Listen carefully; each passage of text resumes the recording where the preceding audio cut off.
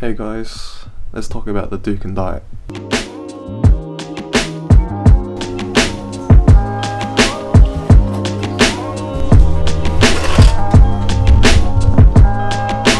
So fat.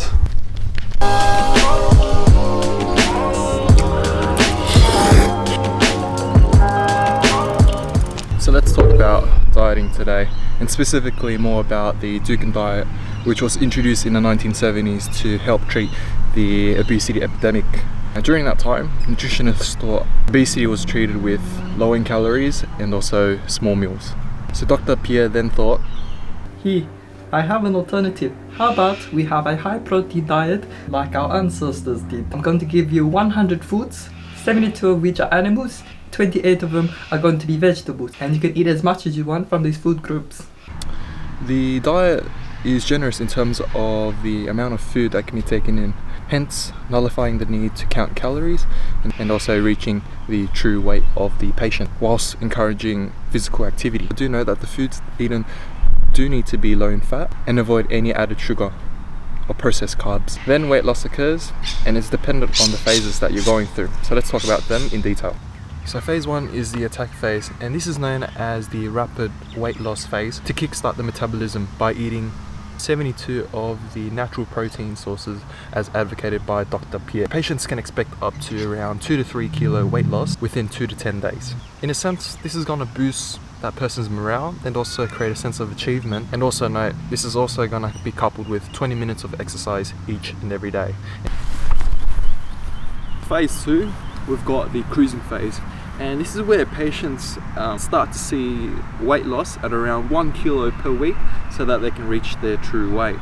This is done by including now the 28 vegetables into their diet and alternating each day. So one day the patient will have a lean protein diet, and the day after would have a lean protein diet, but now including a bit of vegetables inside their diet. Now we've got phase 3, and phase 3 is about consolidation. It aims to prevent the patient from regaining all that hard work and all of that weight that they've lost, and basically a better understanding about their body and how the diet is affected. Patients can now consume unlimited amounts of protein and vegetables in their diet. 1 piece of low sugar fruit, 1 cheese, and 1 to 2 servings of any carb source of their choosing. Phase 4 is about stabilization, and this is where patients are going to retain their true weight, which they've cut down to, and basically maintain that weight for the rest of their life without gaining or losing any amount.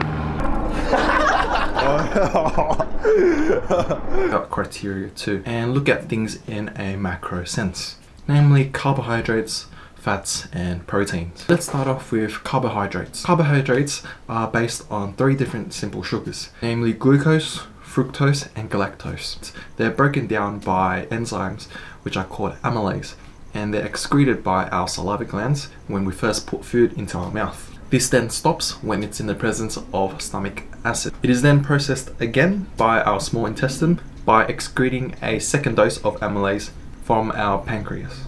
Now, enzymes lined up on the epithelial cell membrane then clip any remaining disaccharides, and then transport proteins come, grab and move the sugar across the cell membrane and diffuse into the side of the capillaries. The glucose is then stored as a form of glycogen within muscles, liver and the skeletal structure.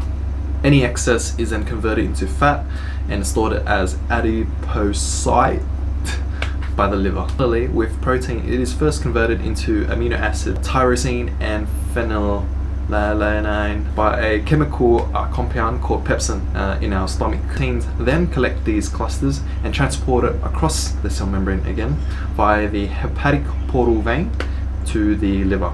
Any excess protein is then converted into glucose via glucogenesis and then stored as adipocytes.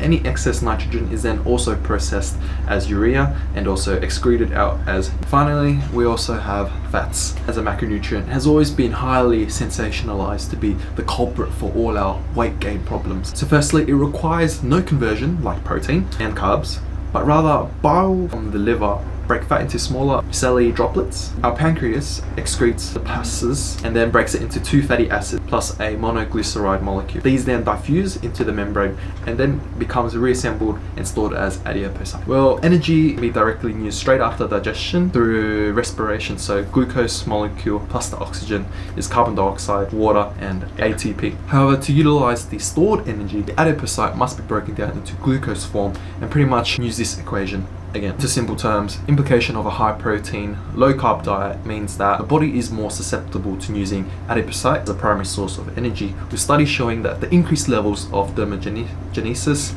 and hence boosting the body's metabolism. Effectively, this increases the BMR with the inclusion of exercise. The patient is able to lose weight.